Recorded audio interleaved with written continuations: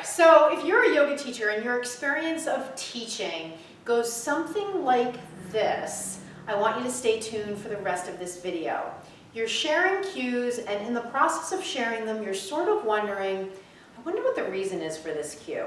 Or maybe you're teaching and you're in the middle of saying something, and in the back of your mind, you've got this sense of worry, God, I hope nobody asks me a question about this cue. Or maybe you go into your class and your head is really full and you're just like, I'm not exactly sure how to approach cueing. Well, if any of those things resonate with you, I want to tell you a way that you can really sort of back into cueing much more powerfully. And when you do that, it can literally transform your teaching, because now you'll be sharing from what you know. So think of the standard journey that a yoga teacher takes as like this yoga mat. They start and they're learning anatomy, and they learn anatomy, and they get to the point where they're out of their teacher training, they've learned a whole bunch of things, including anatomy, and now they're sharing cues. Well, for many yoga teachers, the problem with the experience is they haven't learned anatomy in a step-by-step way. So they're down here at the end of the path and they're sharing the cues, and they don't have a way to connect it to what they know, because no one has really shared with them the reason for the cue. The reason for the cue always lies in the anatomy, in part because we're teaching movement.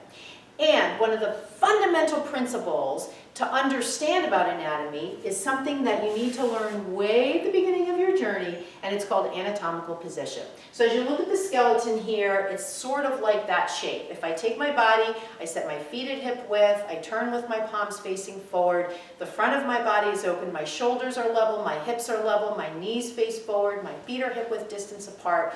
All of those qualities are part of anatomical position. Why do we care about this? Well, we care about it because it's the basis for all movement. Whether I'm a yoga teacher or an orthopedic surgeon or a physical therapist or a fitness trainer, we're all using the same language. The joint movements are things like flexion and extension as I move through the sagittal plane, abduction and adduction as I move through the frontal plane, and then internal and external rotation as I move in the transverse plane. Why do you need to know all this? You might be thinking, oh my God, Karen, this is the part of anatomy that I didn't want to learn because I'm just not science-minded. Well, number one, that's an identity that you absolutely can shape if you're taught anatomy in an easy step-by-step way, which is the way I teach it. Number two, anatomical position is where you begin, because once you understand that shape and the movements that come from it, then you can proceed on the path to understanding not only joint movements, but the muscles that create those movements. Once you understand those, then you can apply the movements and the muscles to the poses. And then guess what?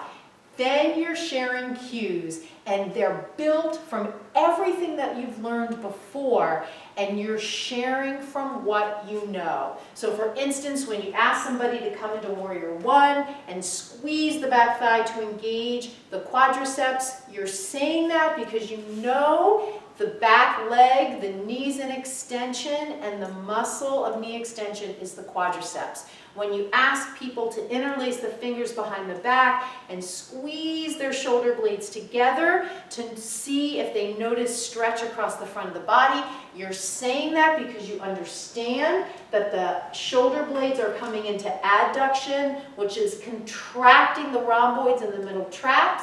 And in order for them to contract, there needs to be lengthening, eccentric lengthening of muscles that internally rotate, muscles like the subscapularis or the pectorals. So this is how it all comes together. And I promise you, when it all fits together like puzzle pieces, your teaching will transform because you'll be sharing from what you know. A totally different experience from the scenario we started out with when I asked you to imagine what your experience of teaching is like.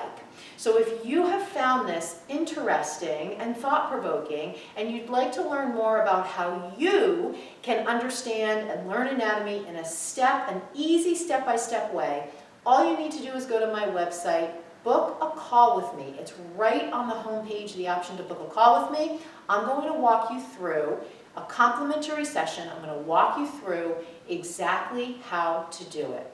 Thank you so much for watching. I hope to hear from you. Namaste.